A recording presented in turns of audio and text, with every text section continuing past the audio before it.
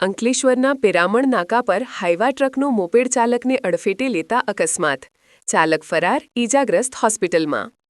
અંકલેશ્વર ઔદ્યોગિક નગર અંકલેશ્વરના હાડસમા પિરામણ નાકા ખાતે આજે એક ગંભીર માર્ગ અકસ્માતની ઘટના સામે આવી છે.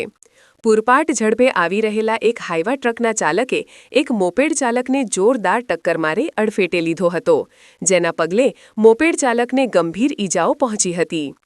અકસ્માત સર્જી હાઇવા ચાલક સ્થળ પર વાહન મૂકી ફરાર. પ્રાથમિક માહિતી અનુસાર આ અકસ્માત સર્જાયા બાદ હાઇવા ટ્રકનો ચાલક તાત્કાલિક સ્થળ ઉપર પોતાનું વાહન મૂકીને ફરાર થઈ ગયો હતો. ઘટનાની જાણ થતાં જ આસપાસના લોકોનું ટોળું એકઠું થઈ ગયું હતું. ઈજાગ્રસ્તને સારવાર અર્થે ખસેડાયો.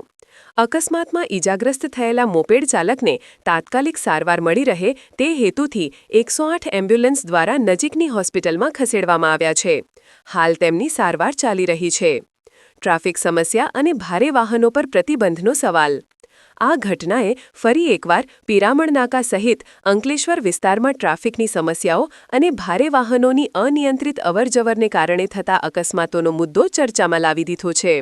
સ્થાનિકોની માંગ છે કે વારંવાર થતા અકસ્માતોને ધ્યાનમાં રાખીને વહીવટીતંત્ર દ્વારા પીક અવર્સ દરમિયાન ભારે વાહનોના પ્રવેશ પર પ્રતિબંધ ફરમાવવામાં આવે, જેથી નિર્દોષ નાગરિકોનો જીવ જોખમવા ન મુકાય. હાઇવા ટ્રક પર નંબર પ્લેટ ન હોવાનું નિરીક્ષણ. આ ગંભીર અકસ્માત બાદ એક ચોંકાવનારી વિગત સામે આવી.